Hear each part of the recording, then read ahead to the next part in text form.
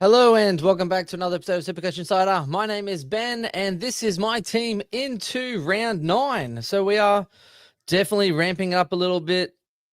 Teams have just dropped. I haven't looked yet, so you will get my reaction live depending on how everything is going. But before we move on, SC Insider 100, find us on Facebook, Twitter, TikTok, etc. Get in there. The week just gone, I scored 2,388. Bloody Jordan Clark, man, hurt me a lot. Not having Max Gorn hurt me even more. So I would go as far as to say is that anyone inside the top 100 definitely has Max Gorn. I reckon there'd only be a couple of people inside the top 200 that don't have Max Gorn. So I think I'm still ranked pretty well. If Reed and stuff slow down and some of these rookies, spite up, I think I'll accelerate. If Gorn slows down, I think I'll accelerate. So it should be really good on that sense. But yeah, looking really good. 226. Because of where I'm positioned, my strategy is slightly different compared to probably in other years or other circumstances. If I was maybe ranked 1 to 2,000, I might keep building a little bit of cash and kind of trying to build into the long play, trying to accelerate through the season. But because I am ranked quite high, I'm trying to really push the envelope. I'm trying to upgrade as fast as possible, and that's my theory around it. So I mean, we are technically you'll be able to get 23 premiums. That last one though, it doesn't really count as much realistically. Like that 23rd is a luxury, because realistically once you have 22, it's a race to 22 premiums. That 23rd will be a rookie and probably won't count anyway. It just means that if you finally get the extra premium, it does actually assist factoring out the low scores. For instance, if someone does do pretty poorly, then it just helps factor that out. So it kind of gives you some stability. Yeah, 13 mil global, mate. So yeah, my cash is going well. I'm making some moves. Speaking of moves, I don't know. In the last 3 weeks, I haven't known what I'm doing with my team until teams are announced. And today and this week's no different. It really does depend on what's happening with teams. So thank you for those that have been jumping on. It has been popular for the last few weeks on the Thursday night sort of team reveal. So let's go in and we're going to share the team. So I'm going to go through, let's see what's happening with teams, and then we can see what I'm going to do with my side. And we'll go from there and answer some of these questions as well. Now, fingers crossed. I did a bit later this week because last week they screwed me, right? Brisbane Lions Premiers absolutely screwed me last week. What's going on? Expand all team lineups. Don't tell me they've done it again. Don't tell me.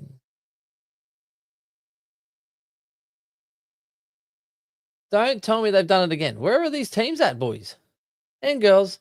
AFL. Anyone, like, literally, if they do this to me again, I'm going to be absolutely just packing it in. So let me have a look.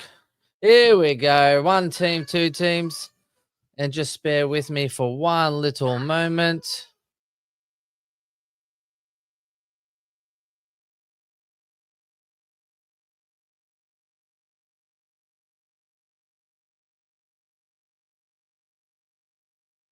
Apologies. 1 second here. Live on there. 13 mil. Thanking.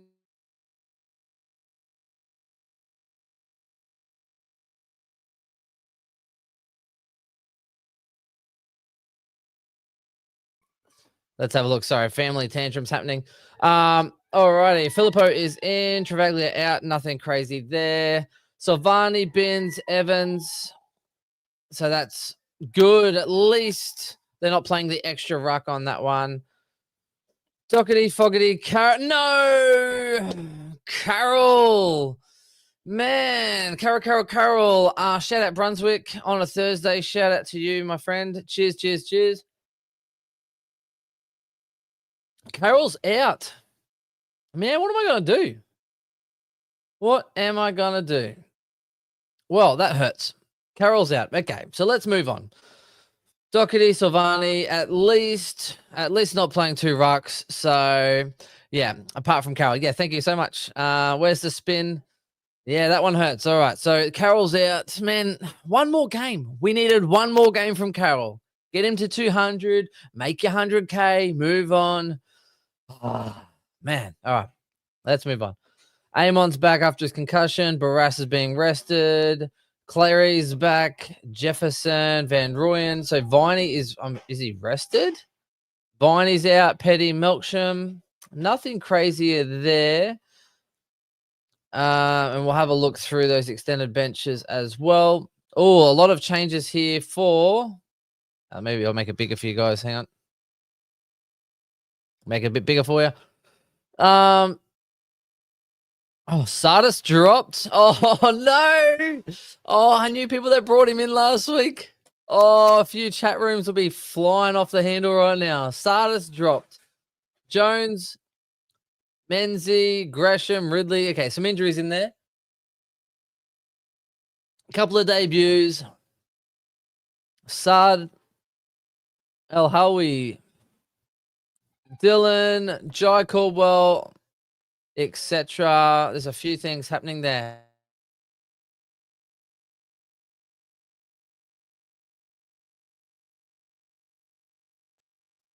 Apologies.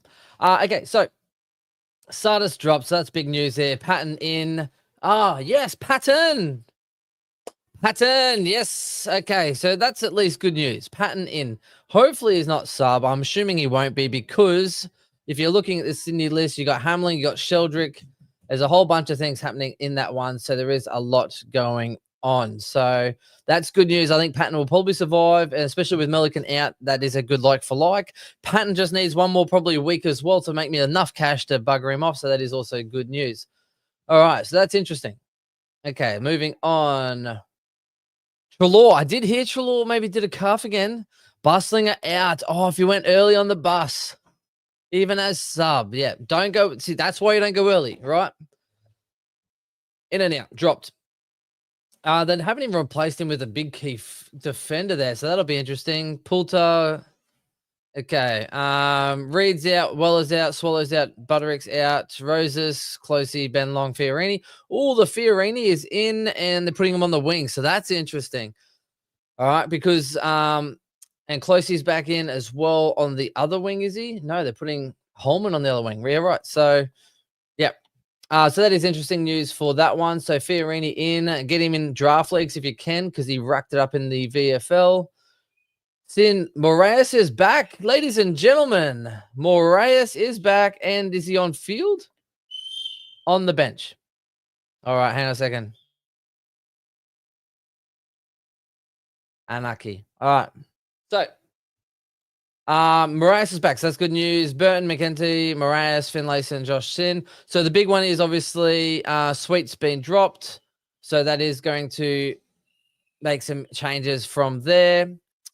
Hinge, Brody Smith, so they're like for like. Bo Allen out, suspended. Edwards. All right, so let's have a look. Maurice Rioli out. Okay, so this is, Sunday team, so it's going to be a little bit more sketchy on here.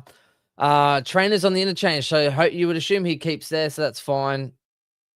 I can't really make out too much on that Richmond bench. Brockman Long.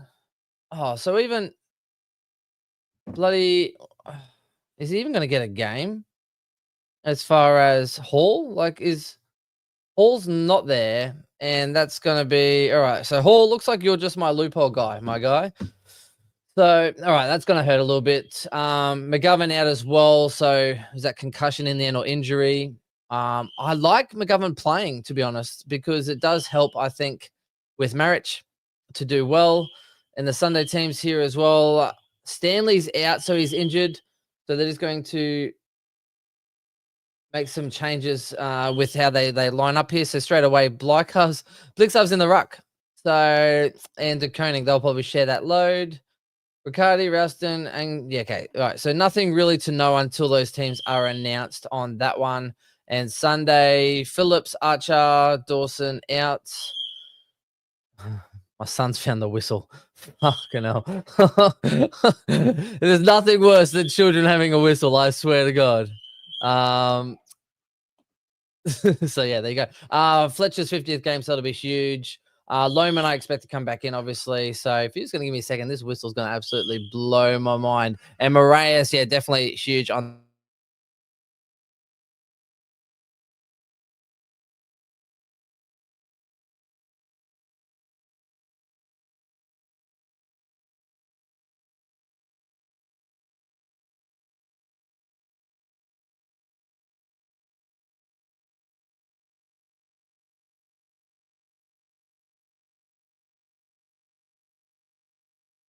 All right.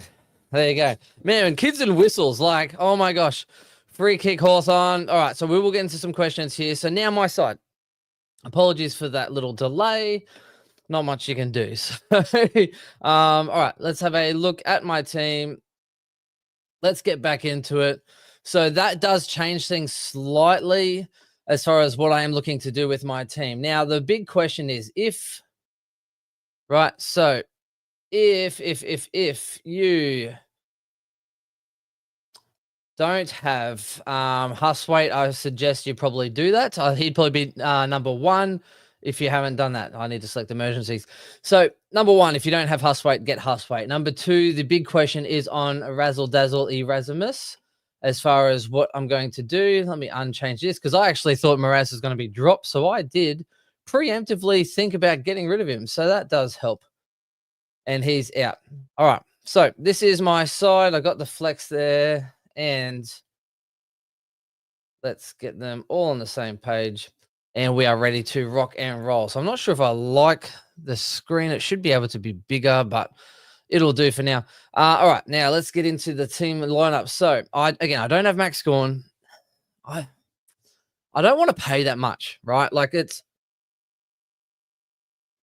a lot of money, right? Even this point, Chris is in the chat room.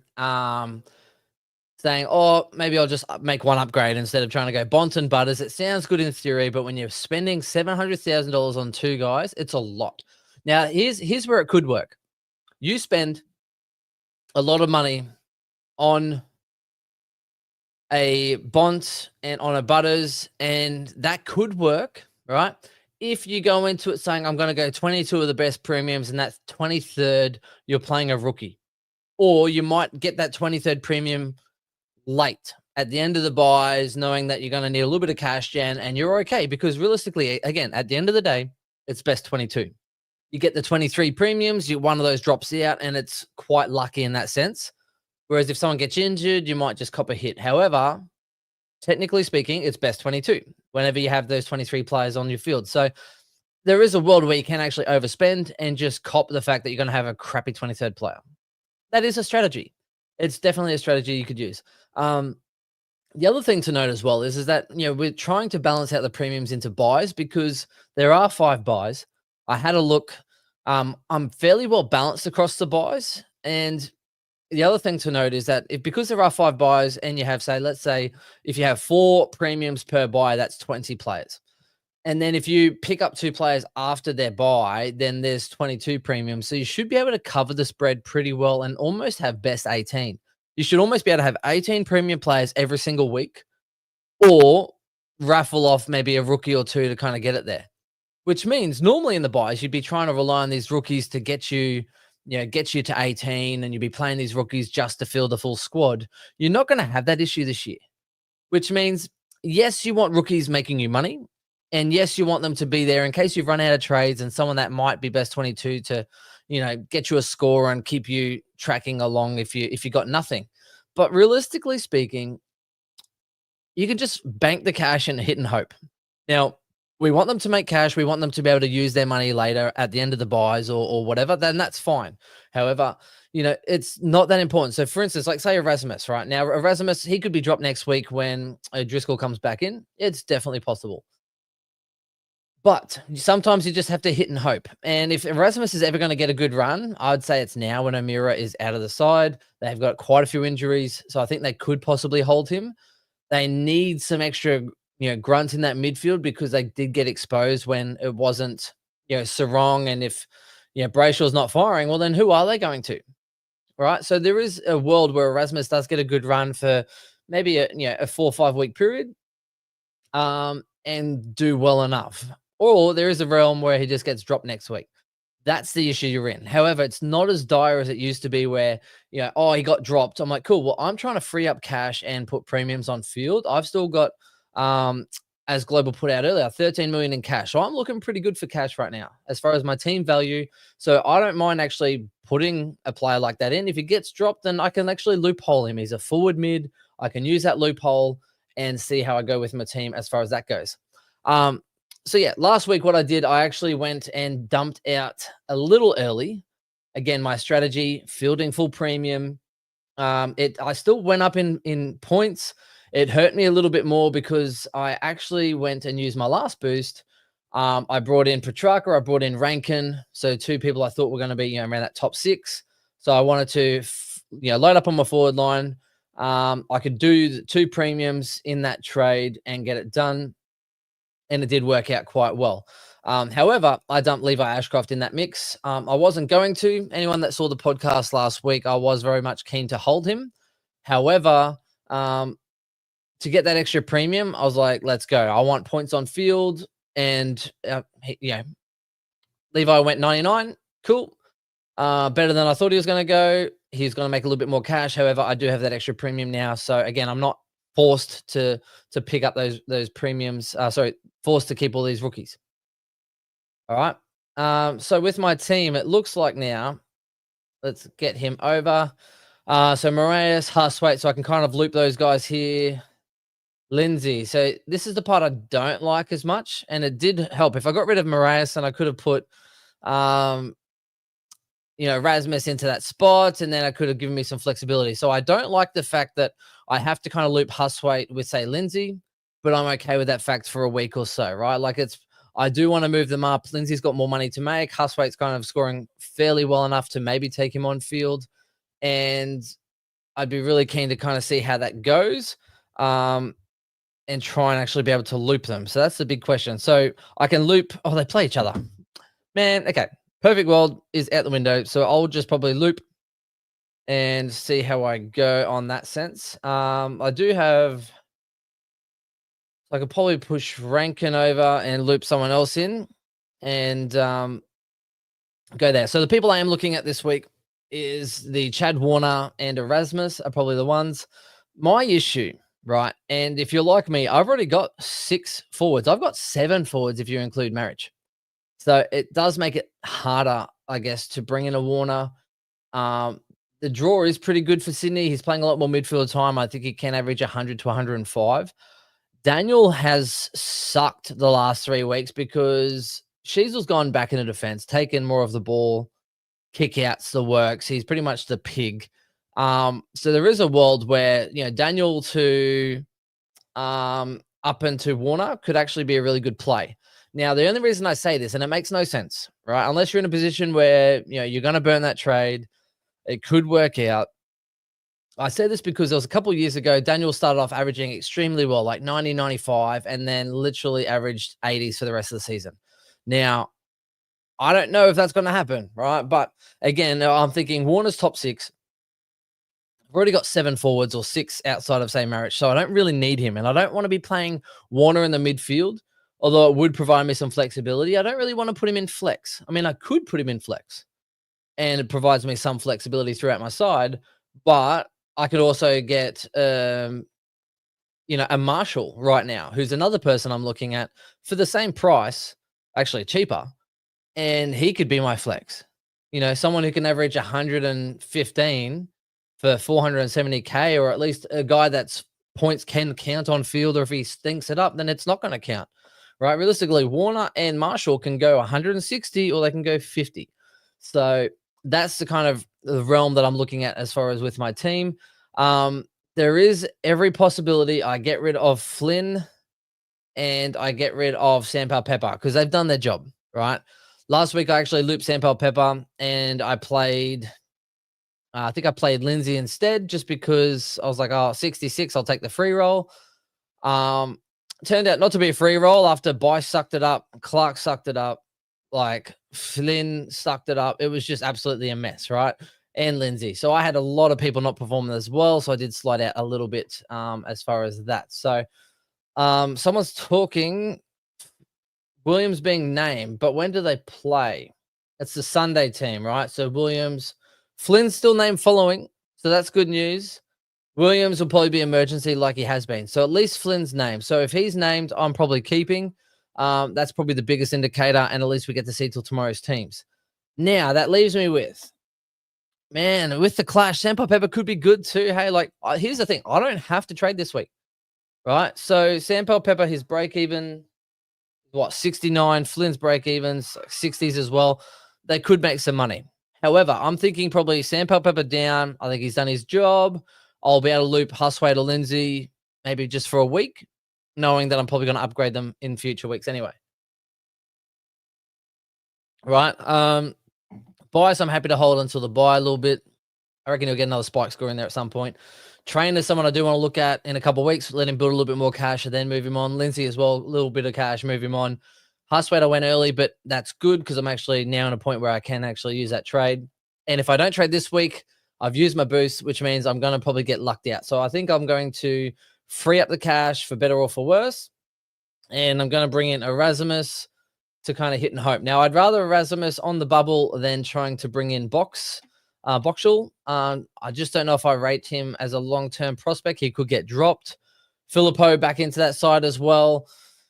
So it is a really interesting one. But now, look, I've got $300,000 in the bank. Okay, now I could go Flynn this week or I could hold. Hell, I mean, I could probably throw 300 grand on a few people realistically.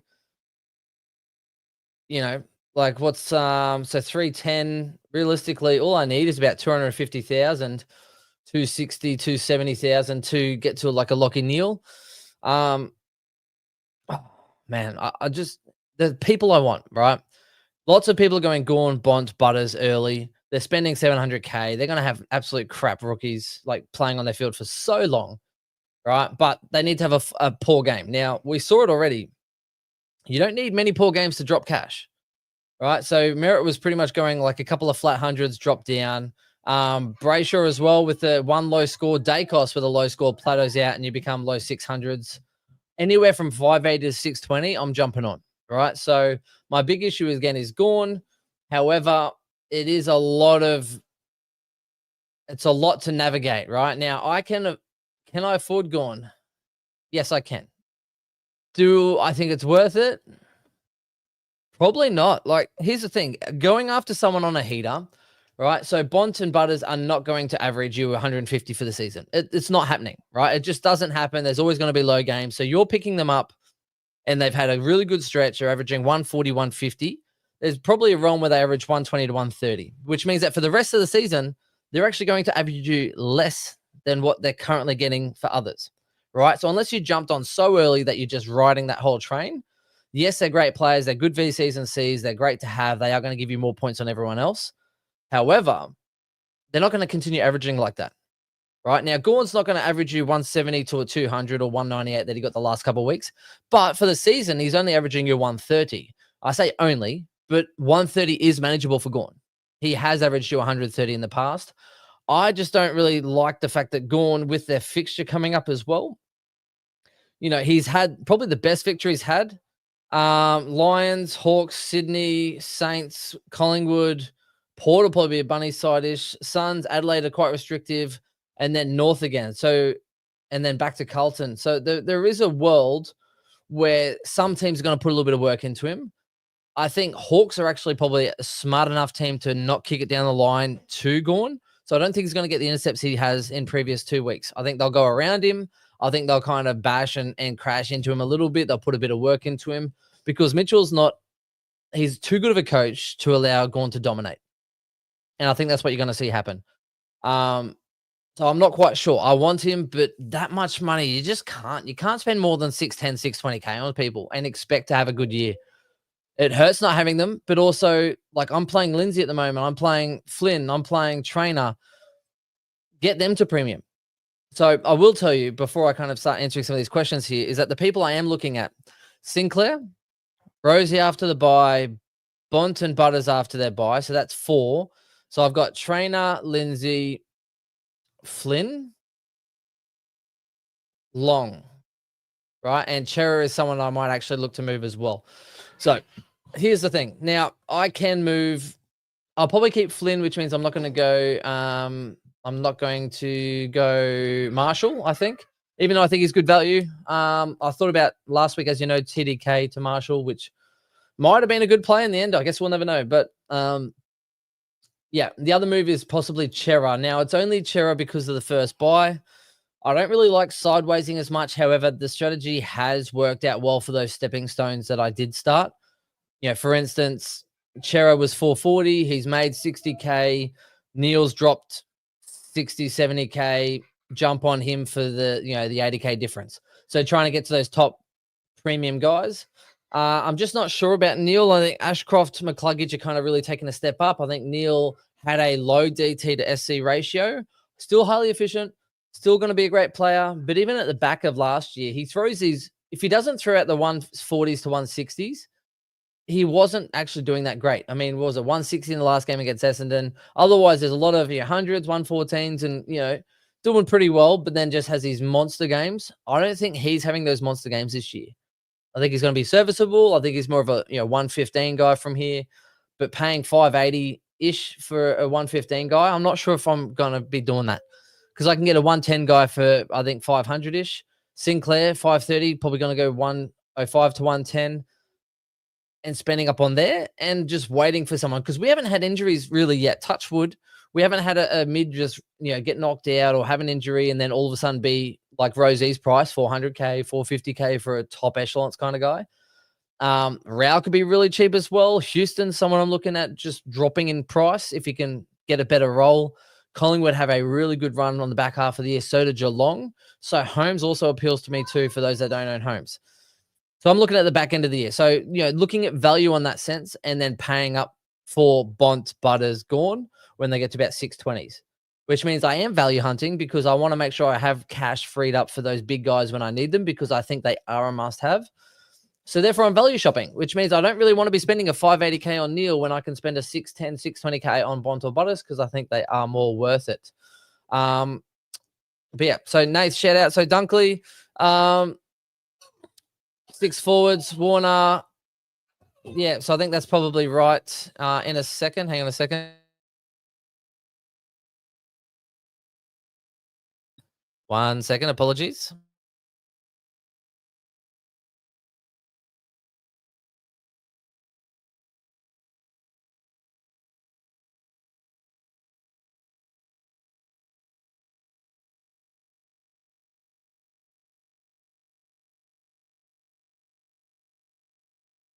If I could edit this would be great. Okay, so yeah, 6 forwards. Should I trade in Warner? Maybe trade Daniel later. That is the other option as well. I have considered just getting Warner in before the buy, getting Daniel out if he's no good. I can put Warner into that flex spot if I need to, and just pass on the extra ruck and get that versatility. The thing I like about Warner, it's kind of like all or nothing. It's 60 or 160. It's a one. He's an all or nothing impact player that can hurt you. So I do like it because his big scores are going to hurt and count. And he's also being heavily brought in by the top 1%, which means I kind of either have to get him or ride against him. So I'd probably rather get him in. Dunkley's super consistent, but he's also the defensive mid for Brisbane. We'll come up against Green, Cripps, any of those big body guys, or even Heaney, the taller marking guys. He's the one that's kind of trying to limit them around stoppage. Because McCluggage, Ashcroft, Neil are more the attacking types. They can still tackle, but they're the ones that are going to burn off. So the defensive side of it to try and limit and negate is always Dunkley. And yeah, absolutely love him as well. So stuck Anderson or Sinclair. I'd say Sinclair boosted your defense first of all. I do like Anderson, but same as with Real and the rest of it. Let's have a look. So I think they're going to be good value though. Like, I still think Anderson and Real are pretty good. A lot of people jumped on Real, so that is an issue. But yeah, I still like Anderson. He kind of reminds me of Brayshaw. It's just about whether it's going to happen for him this year. But Anderson, yeah, 539K. So he is dropping a little bit. What's his break even? 120. So I think he can still hold out. He's averaging fairly well, but meandering around the hundreds. It's kind of like 109, 102, 113, 105, 89, 105. So it's just been hovering. We know he has a high ceiling though, so he is someone that I would probably look at in the future. Unlike Dangerfield, I would not go for Dangerfield. Those hammies are great. However, I don't know if they're going to be lasting as long as everyone thinks that they probably will. But that's where I think it is there. Was it Skeek? Who do you think the top defenders are by season's end? I think Rosie. So I think Whitfield, Rosie will probably be up there. So Whitfield, Sinclair. I think Sheasel, if he keeps his role, will be good. I think Sinclair will be in there as well. And then it's kind of There's a few others that are sort of raffled around that point, you know. So like Clark's not, he's good, but he's not always, you know, consistent at this current point. Getting hundreds, yes, but isn't really hurting not owning him, you know. So whereas I think Zorko as well can be up there. So I think it does really raffle. But I think if you don't have Sinclair, I think you should.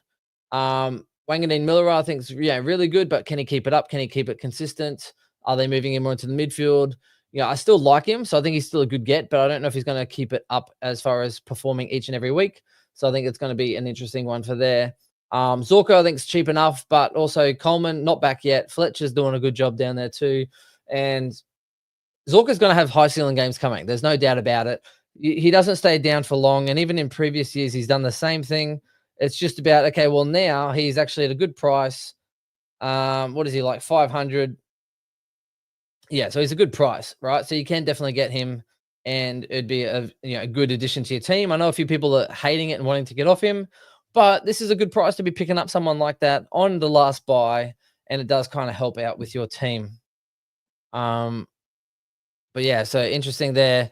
What are you thinking long term for your dead rooks? No, it's fine.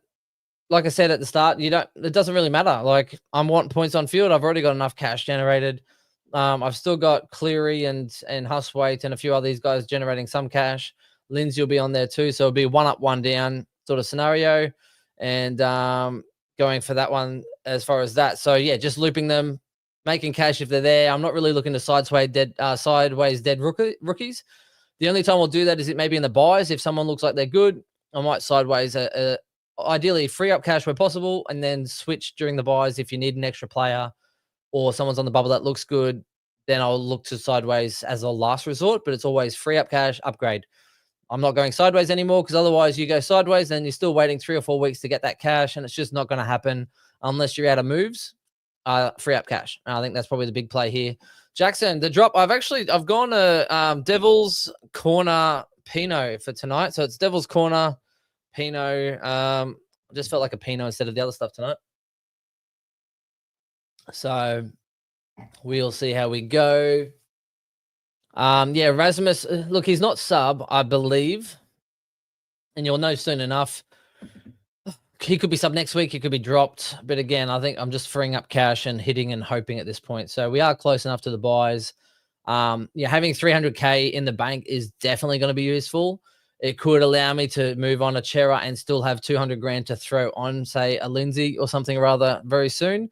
So it's going to be interesting on that one from there. Josh Dacos, look, I think he's good, but yeah, he's not top 6 or even top 8, I think. It's a push at top 10. He's doing better than probably Houston right now, but I actually think Houston will overtake him on the run home. Just a gut feel. Nothing backs that up, but yeah, I'm just avoiding at this point. VC, the big one, VC between Brayshaw and Dacos for tonight is going to be interesting. I'm probably going to go the home team on that one and probably go a Brayshaw. I don't really want to go a C into Cherry, to be honest. It's like just the last game. But like, who do you put? So it's a real big issue. Like, not going to lie, as far as the captain this week. So I think I'm just hoping that Brayshaw goes like a 120 would be nice. Yeah, not really sure who to captain at this point for that game. If I had maybe Neil or something, I think a mid against North might be all right. So that could be the big kicker, actually. Brayshaw, if he spuds it up, I might actually end up just getting a Neil or Gorn because I can. The way to go. So, yeah. Chera, SPP, Flynn, Bont, Petrarca, Huswaite, or Chera, TDK, Sampel, Pepper, Bont, Gorn, and Huswaite. I think probably the first one, Bont, Petrarca, Huswaite, or if you don't have Warner, I'd probably just go there instead for a bit cheaper. So, yeah, look, if you want to get rid of Flynn this week, I think it's definitely a good play. Like, you can get rid of him. His break-even's getting up high. We just know that Richmond can give up, some points to mobile rucks as well. So I'm probably keen to see how he goes this week, depending on team announcements tomorrow afternoon. But I'll probably keep him for now. If it looks like he's sharing the ruck, I'll probably dump him. If it looks like he's solo ruck, then I'll probably keep him. And I'd see for the week as to how he goes on that one. Fonty to go next week. Interesting. Possibly, I think, was it Fonty keeping out probably Stone? So I'm kind of glad I dumped Stone last week, seeing that he's not named, and I kept Patton, who is named this week, so that does help me. But was it Fonte? And yeah, so I think it's 160K though. That's the part I hate. A little bit more price. I'd rather get that extra 40, 50K of cash from the downgrade. But let's see how he plays this week and move on from there. Look, Moraes at this point, you can trade him, but if he's playing, I mean, what is it? His break even's around 35. So I'm just kind of holding him, hope he gets a 60 or 70 after a bit of a break, freshen him up a little bit. And let's go with that one. Flanders for the Coast. He's playing forward. I don't like it. Good player. Came off no preseason. He's good. He might go okay. But as a defender, playing as a forward, I don't think the points are there as much. He's not playing that much in the midfield, although that could change. So I do like him. I do want to watch Flanders, and I'm hoping he picks it up. But I think this probably isn't his year. So it's going to be interesting on that one. But yeah, if you have any Hewitt or you have Walsh against Saints, could be a good shout there, Matty. So yeah, I think that's probably a good option for that one. Would you captain Bont or Gorn if you had both? Ooh. Over in Darwin, you'd probably have to say Gorn, wouldn't you? Like, can you VC into it? Maybe not. Gorn, probably still go 100 and just kill me. So it'll be interesting. But yeah, McCluggage, I like McCluggage. It's just the price, hey. So Kirsten, shout out to you. Suitcase, I mean, he's like still 600, isn't he? Oh, 585. Man, okay. So break even at 109. Yeah, 127. The string of West Coast, Geelong, Richmond, Bulldogs. So some big games in there. Collingwood was lower. Sydney was lower. He looks primed. I'm not going to lie. He's that inside-outside guy. I think Neil's kind of taken more of the role as far as, the team player, and McCluggage is just burning. Like points, disposals, just looks good inside, outside. So I don't mind that. The thing I will say, though, is that Brisbane don't have the easiest draw home, which is probably where he might have towed up, like Richmond and the West Coast, a 156 or 132. Still did well against, the Dogs still did well against Sydney. So he's going to have some good games still. But, there are quite a lot of good games in the back end there. So, like Adelaide, GWS, Geelong, Port, Carlton. Like, sorry, did I say good game? Like tough games? But yeah, so I think he's good. It's a tough one, hey, because I want Neil, but I've been holding off a little bit. So we'll see where that goes. I don't know what that ad is over here. What is it? Clearance sale. Looks like undies or something, or Kegels. I don't even know what that ad is over here. From Temu, clearance sale. That's weird. It looks very sexual. So shout out to you, D's clips. They look like they could be for D's nuts. I think so. No idea. D. Speaking of D's, Senny Brock 99K on the bubble. Nah, McGovern's out. When McGovern's back next week, unless he's out for a prolonged period of time. And again, I don't really like Fonte as well. So like, I like him, and if he scores well, you kind of have to get him. But at 160K. Like 160K, you're not going to make that much cash out of that one. Levi Ashcroft after his 99. So RJ Ripper. Finn, SCP, Bice. I'd probably say Flynn and Sandpole Pepper. They have the higher break even. Levi can probably at least hold for a bit longer. And Bice, I think, is pretty good as well.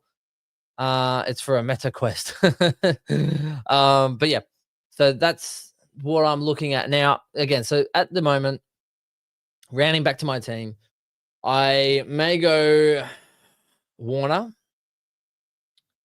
but I'm just not sure for who. Right? Because realistically, Chera to Sinclair can happen next week. If I'm not sure about what I'm going to do, because I don't have any boosts, I might actually go Chera to Sinclair this week, just because I think he's a must-have. Chera first buy, high break even. Their break even's the same, right? So I could do it this week. I could hold Chera, but if you go back weeks past, there was a realm in which I held Will Ashcroft and traded out Chera, even though Chera was averaging you better. I wanted a day cost at that point, so I'm not unhappy with that decision. But Will Ashcroft still has that high ceiling game that Chera just hasn't delivered on this year. And Chera did have the good base. He wasn't stinking it up. He was just going 100, 100, 100. But since that call, he's gone 280s in a row, where Ashcroft's gone 100 and like a 130. So it does hurt a little bit. And also it hurts that I got Sarong just doing nothing, only averaging 2 points per game more than Will Ashcroft. So yeah, that does hurt. And I for some reason I give Sarong a pass. He scores an 80. I'm like, oh yeah, it's just a bad day. But Sarong, you're a good guy. You're a talented guy. But then I look at it going, man, you're killing me, absolutely killing me. Whereas like Will Ashcroft has a bad round. I'm like, oh bloody Will Ashcroft. I'm like, no. Sarong's the problem. I should have just kept Will and just booted Sarong because he's horrible. Absolutely horrible. So I'm just looking at ADB's comments here. I will not put that up. All right. Rail and Flynn to Gorn and Brock. Yeah, don't go Brock. Don't do it. Chera, Flynn, Lalore for Cherry, Warner, and Erasmus. I think that's pretty good. Although, yeah, Chera to it. Who you're trading, unless Chera, I guess, is for Cherry, Warner for Flynn. Yeah, okay. Oh, I can see that. Yeah, Sard. Now, what is Sard's price though? Because surely it's got to be a little bit annoying. 127. All right. So if he looks like he's okay, break even to 4, does he get a good run? That's the question. So he is someone that you could bring in with DPP, help loop your midfield later on as well if it's going to free up cash. I don't mind that at all. It's not too late to bring in Petrarca and Warner. However, I think Petrarca's had the easy game. He looked good, but also he is a forward in Melbourne, and you can't really trust Melbourne forwards. So I'd say maybe even just hold off on that one as well. Warner and Reed. Yep. So Hugh, Erasmus, Warner for Reed and Sardis. I think that's definitely a good deal. So Reed's done. So Murphy is gone. Finn and Bice for Neil and a Rook. Yep, I think that's all. Yeah, look, if you got plenty of cover in defense, like say you're playing Reed on the bench or Trainer and Reed on the bench, and you had Bice as your D5 or 6, and I think you could definitely get away with that one as well. Stone, yeah, I got rid of him last week, so it's probably not a bad call. Flynn and Bice for Naz, Roman, so Marshall and Erasmus. So look, I don't mind that because you're getting 2 premiums in your team and a rookie, so I think that's a good transferal of funds as well. But look, that's it for me. Look, I'm not sure. I probably get in Warner or Neil or Sinclair this week. I don't think I'm going to stretch and go for a Gorn because I think that'd be a silly play and it defies logic. That's pure FOMO kicking in if I do that. It's possible, but yeah. But again, I've been hesitant on Neil, so I think that's probably the gut feel I need to not really go him. I think he'll be great. I think he's a 110, 115. I think he'll score you well enough for the season, but paying up that amount of money for him based on what he's produced, but he's Lockie Neal, right? And I don't even have a single line on my team now, which says a lot because they spread the load quite a bit. So, yeah, I think it's going to be probably one of them. I do want to have cash up my sleeve. There is a chance I actually upgrade as well this week. So I could go, Bice to a Sinclair, but I want to hold Bice out to the buys, I think. But when I look at the team as far as upgrades, it's probably Lindsay's got more money to make. Long, I'm going to hold till the buy because he's just good for that. And then Flynn's going to be an upgrade next week. So I kind of wouldn't mind some money to throw on Flynn next week, but I could always go a rookie down and then upgrade Flynn to a 500K person next week anyway. So therefore, based on this, it does kind of look like if I was to upgrade, and I can't go Trainer, he's got a couple of weeks to go anyway. So it does really look like it'd have to be Bice or Flynn if I want to upgrade. Or sideways Chera to someone better with off the buy and then kind of pivot a little bit. So if I was going to do it, it's probably this week. I could keep some money. I could move Chera and do something there. So we'll see how we go. I could get rid of Daniel. It is a thought. I could go Daniel out. Caleb Daniel into a Bont Butters Gorn. You could definitely do that. But Daniel's 459. You still have to throw money at him. Even to go to Warner, you have to throw money at him. So that's the issue. And I'm seeing people downgrade to upgrade just to upgrade Daniel to Warner. I just don't think that that's the play. Track Chad or Callahan. Probably Track and Chad. Callahan's doing well now, but doesn't mean he'll do later. Chera to Warner. I don't know if Chera to Warner's good. So out of all the plays I said, I just don't know if I'm going to go Chera to Warner. I don't think that one's worth it unless you need that forward. But yeah, last question here is Chera, Flynn, Lalore for Cherry, Warner, Erasmus. I thought I've done this one already. Lalore, Flynn, Chera, Warner. Yeah, so if you go on 2 premiums, if you're getting an upgrade in there and you want to get off Chera and you need to get Cherry, I think that's an okay one to go there. Rao to rank.